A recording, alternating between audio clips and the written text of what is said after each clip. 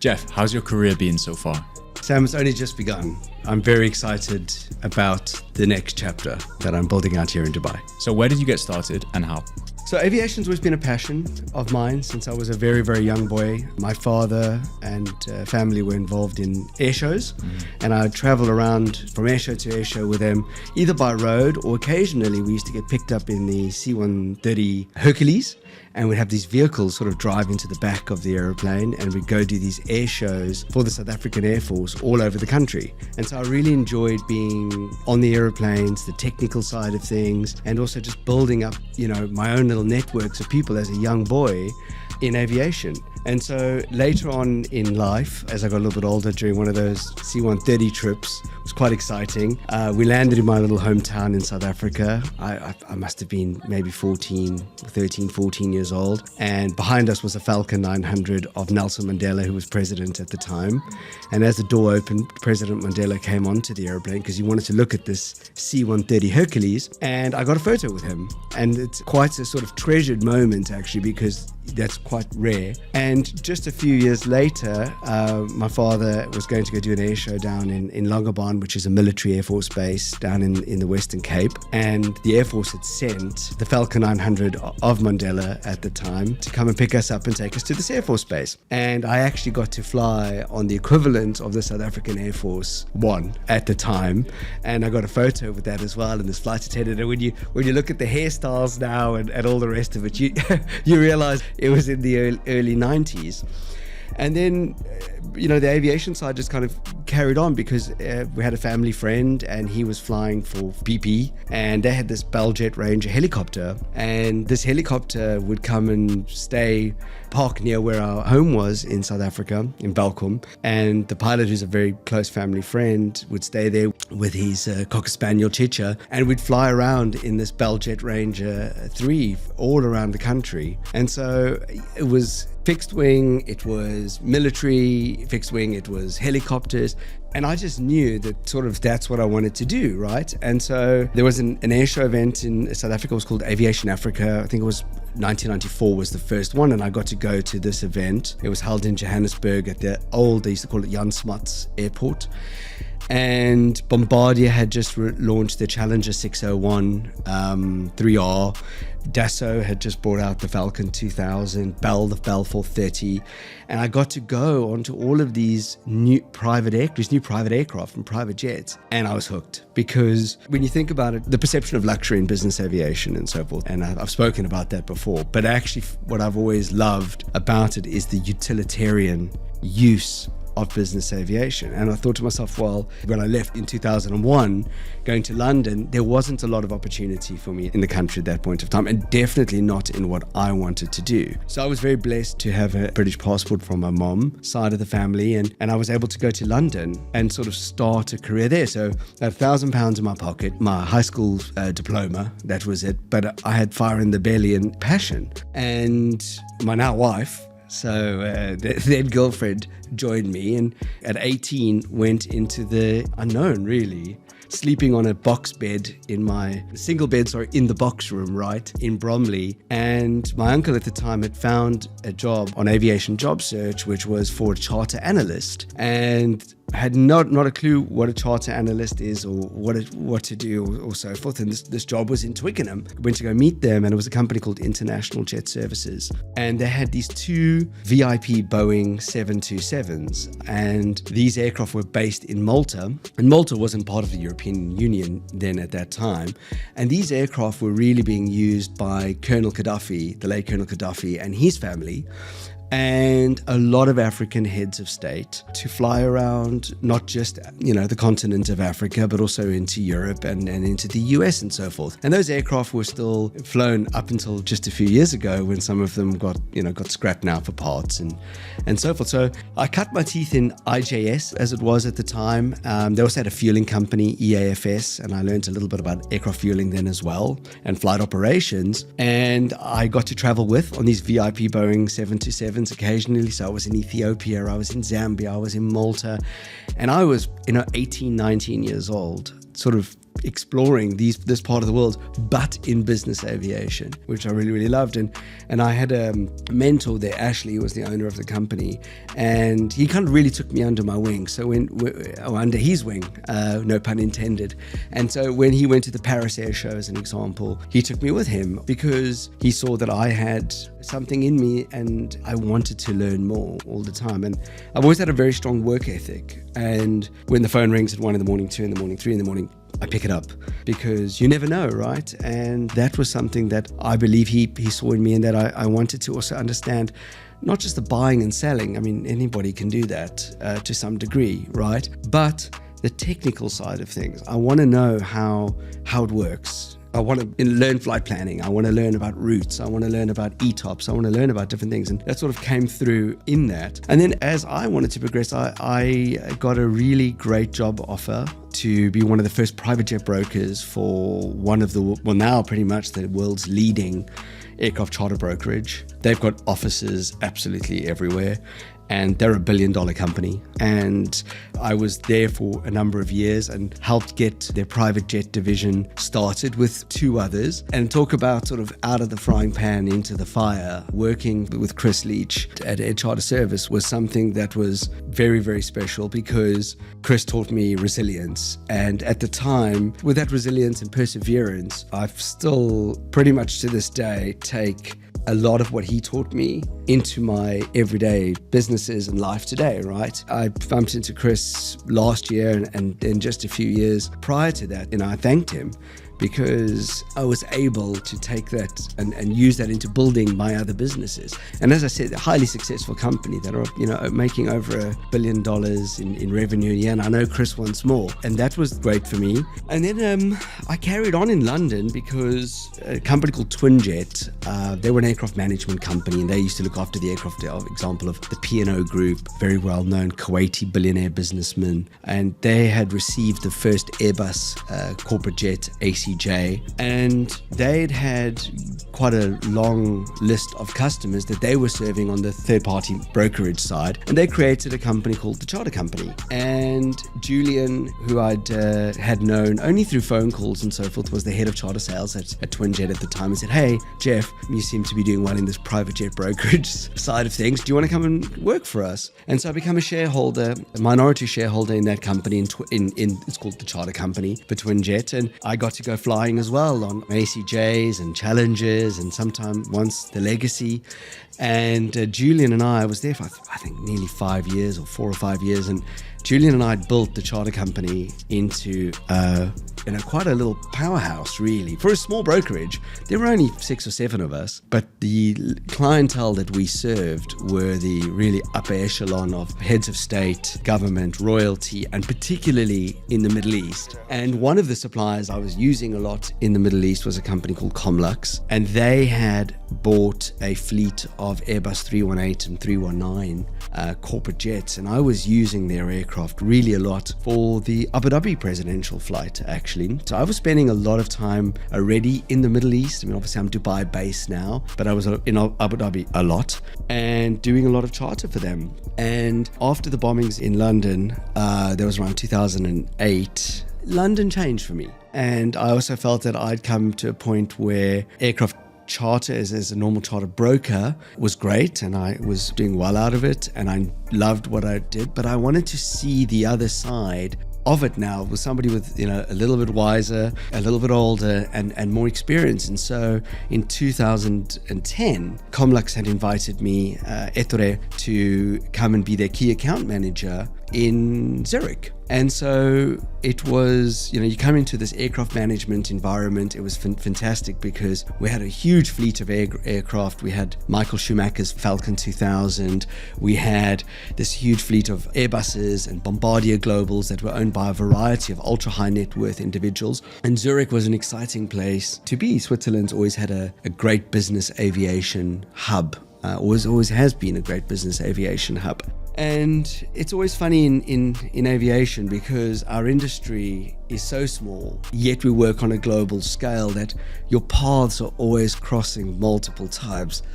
And so you always try and keep your reputation as much as you can. Things go wrong. People come, people go, people change vocations and so forth. But in the aviation world, that saying of you always cross twice in life really stands true. And so I sort of built my career up, now coming up later on, with several people that I'd worked with in the past. But what being in Zurich and being in Comlux taught me at the time, and I made Switzerland my home for 15 years, and aircraft management is not for the faint-hearted. It doesn't pay very well, I think, for companies, but you're managing the emotional assets of some of the wealthiest, most powerful people in the world. And that brings up all kinds of different things. They've got family offices that surround those individuals. They're beacons or hallmarks of success. It's the yacht and the jet are the fun of having built your wealth. Whether that's legacy wealth or your nouveau riche, it depends.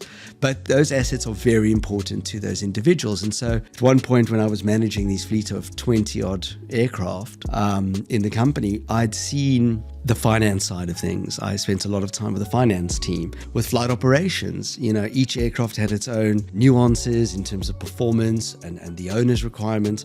In terms of the maintenance side, the CAMO, continuous airworthiness maintenance, you were always then dealing with maintenance team on what's going on, what's scheduled and things. So all of a sudden it became very encompassing.